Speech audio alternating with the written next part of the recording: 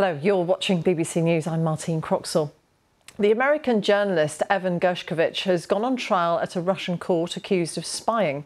Ahead of the start of proceedings, the media were allowed into the courtroom to see him briefly. The hearings are taking place in Yekaterinburg, the city in the Urals, where he was arrested last March. Moscow has accused the Wall Street Journal reporter of collecting secret information from a Russian tank factory on behalf of the CIA. He denies all of the charges. Well, earlier, our Russia editor Steve Rosenberg gave us this update. So the trial has begun, and just before the start of proceedings, media were allowed into a courtroom to see Evan Gershkovich. We were part of that group. He was standing in the metal and glass cage that's known as the aquarium in Russian courtrooms, head shaven, wearing a check shirt and jeans. He was smiling to cameras, but clearly this is going to be a difficult time for him. The trial will be held behind closed doors, so we won't get in again to see him until the end of it. And behind closed doors means that family members won't be able to attend, US diplomats won't be able to go in, the media won't be able to go in.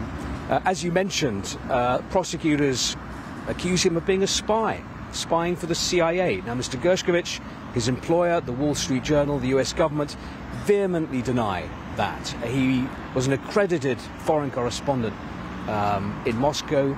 He was on a reporting assignment in Yekaterinburg last year when he was arrested. It's clear that there have been contacts between the United States and Russia over a possible prisoner exchange.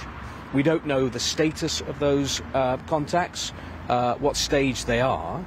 President Putin has indicated he would be open to some kind of prisoner swap, and he knows, the Russians know very well, that the Americans are up for doing deals when it comes to getting their citizens home. We saw it back in 2022 when America agreed to release a convicted Russian arms dealer, Victor Bout, in order to release Brittany Griner, the American basketball star, who was in a Russian jail on drugs charges. So, yeah, there is an expectation, perhaps, that this could lead to that. When that would happen, we have no idea. The Kremlin said recently that contacts had been made, but has called for silence, for these kind of discussions to take place between intelligence agencies in silence. Steve Rosenberg. Let's speak to Gráinne McCarthy, the Wall Street Journal Chief Digital Editor International, who's been spearheading the paper's campaign for Evan's release. Gráinne, thank you very much for joining us. How do you regard these proceedings, which are taking place without any support available for Evan? Yes, good morning. I think we should say clearly and unequivocally that this is a sham trial. This is based on a false accusation against Evan, who is a journalist. He was fully accredited by Russia's foreign ministry to report in Russia. He is a very good journalist. He's steeped in the Russian culture. And in Vladimir Putin's Russia, he appears to be making journalism a crime. Evan, on Saturday, will have been locked up by Russian authorities for 15 months. That's 15 months of his life that has been taken from him simply for doing his job. He knows Russia extremely well.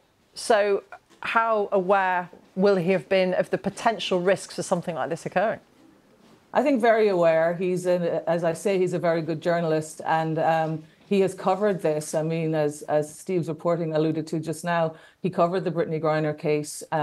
He has been living and working in Russia, although when he was actually arrested, he was living in London and going in and out of Russia on assignment. But he grew up in a family of Soviet emigres to the United States, who's born and raised in New Jersey, grew up speaking Russian, and he has always been fascinated by Russian culture.